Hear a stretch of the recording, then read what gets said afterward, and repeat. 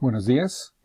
Hoy vamos a hablar acerca de como los principios fundamentales que cubren a InDesign. Para este video voy a usar el InDesign CC 2020. Vale la pena aclarar que en las versiones anteriores, en 2019 y 2018, la interfaz cambia un poco, hay algunas pequeñas modificaciones, pero en esencia se pueden encontrar los mismos componentes. InDesign es un programa que sirve para poder maquetar, digamos que es un programa que recoge material que uno puede crear desde Photoshop, puede crear desde Illustrator, cualquier otro programa que trabaje sobre sistemas de vectores y sistemas de mapas de bits, y adicionalmente pues los integra y los conjuga con elementos de texto para poder construir publicaciones, podemos decir que de orden complejo en la medida que pueden usar multipáginas.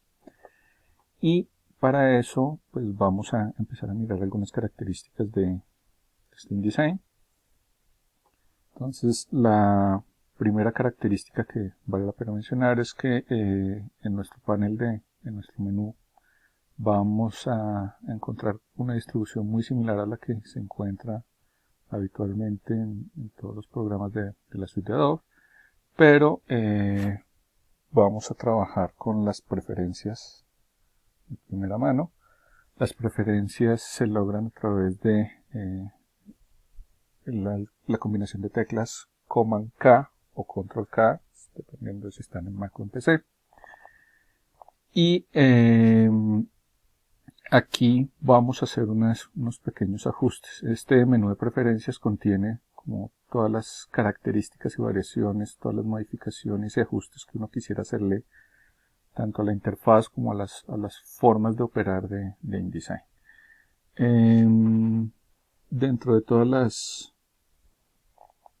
los elementos hay una cosa que se llama unidades e incrementos. Y en esta unidades e incrementos vamos a empezar a trabajar, podemos aquí escoger las reglas o las unidades de medida con las que se va a trabajar. Aquí podemos escoger entre sistemas de picas, milímetros, pulgadas, puntos. Yo normalmente trabajo con picas y probablemente en otros videos pueda explicar por qué trabajo así. Sin embargo, pues cada quien puede escoger lo que quiere. Yo me voy a quedar con el sistema de picas por ahora. Entonces me aseguro que las dos reglas estén con el sistema de picas. Y digamos que aquí también podría estar atento a lo que puede pasar con los movimientos de teclado. Entonces cuando yo tengo un objeto y quiero moverlo con las teclas, con las flechas de movimiento, normalmente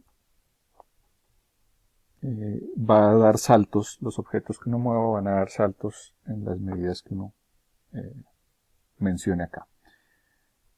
Entonces de una vez voy a hacerle un umbral de visualización. Entonces hay una cosa que se llama rendimiento de visualización. No vamos a ver todas las características, solamente unas pequeñas, en donde aquí donde dice simular texto inferior voy a poner un número un poco más bajo. Esto tiene que ver con que cuando yo estoy trabajando con pantallas pequeñas, portátil por ejemplo,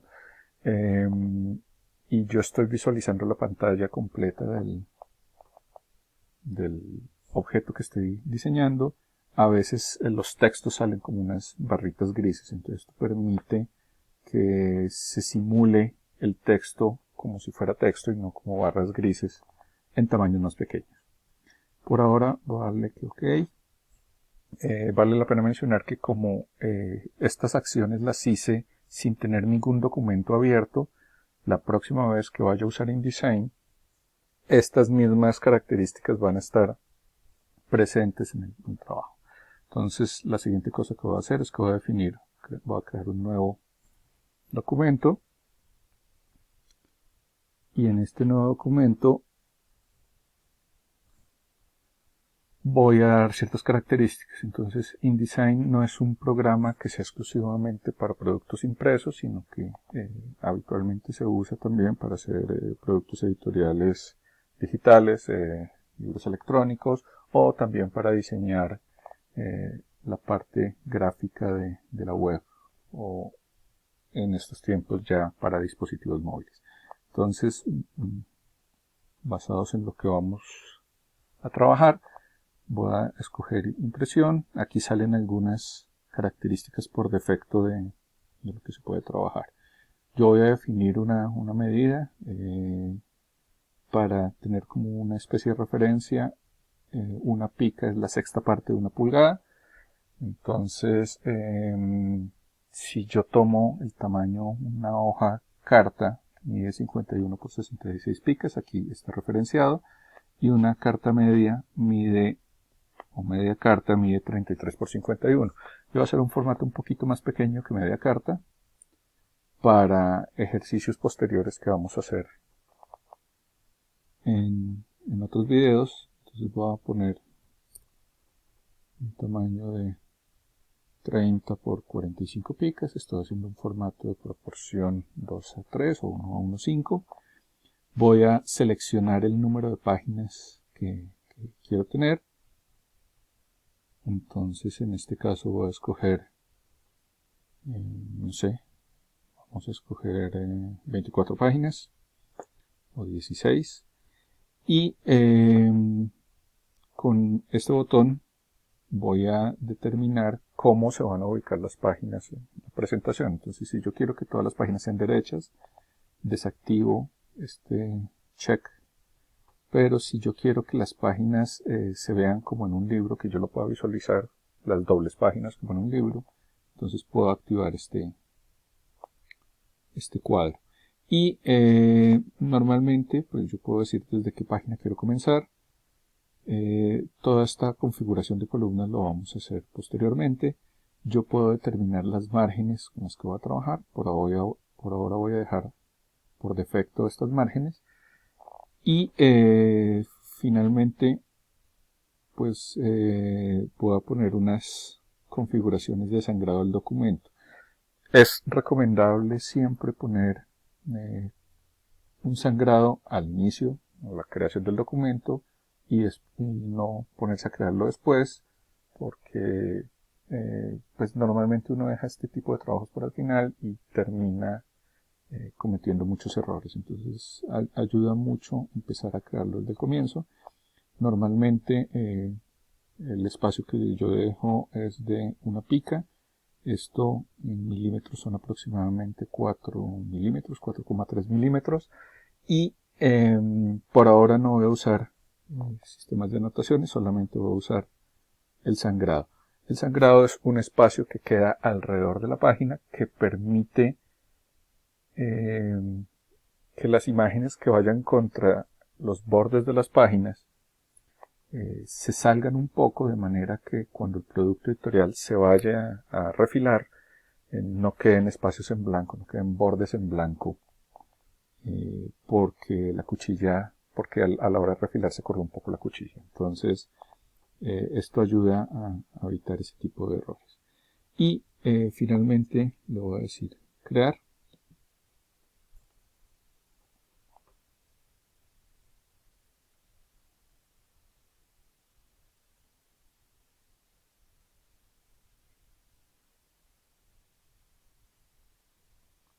Y finalmente pues aparece la ventana en donde pues yo ya veo toda la distribución de elementos.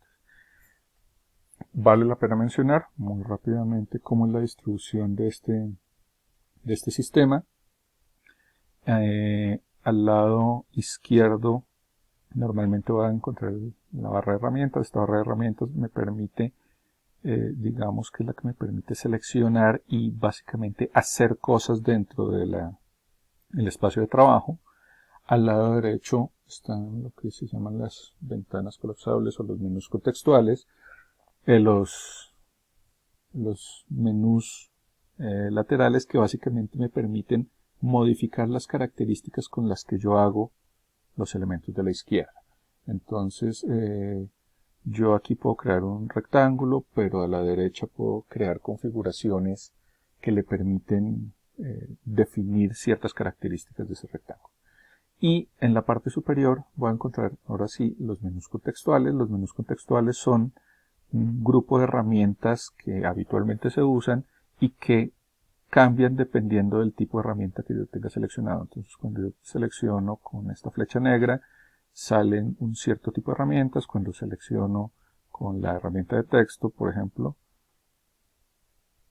entonces el menú contextual cambia y se adapta pues a las características del elemento que esté trabajando. En estas ventanas que están al lado derecho normalmente se pueden encontrar en el menú ventana, y en este menú pues yo puedo seleccionar, traer las que considere más importantes o menos importantes, dependiendo del tipo de trabajo que esté haciendo. Y eventualmente ya hay una serie de preconfiguraciones, aquí donde dice tipografía.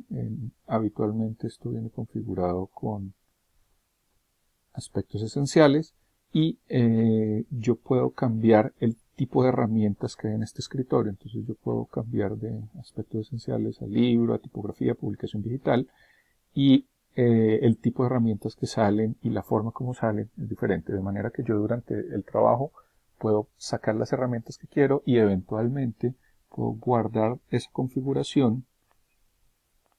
Entonces puedo hacer un nuevo espacio de trabajo en donde guardo la configuración que tenga que se adapte a mis necesidades. Por último, vamos a ver que en la parte de abajo encuentro una serie de elementos, sobre todo el más importante, digamos, para tener en cuenta es este que dice sin errores, este botoncito verde, que eventualmente cuando uno empieza a trabajar empieza a mostrarnos elementos o cosas que pueden estar fallando, no en términos de la gráfica, si es bonita o fea, sino de si estoy haciendo el archivo correctamente o no. Entonces, en otros videos vamos a continuar. Muchas gracias.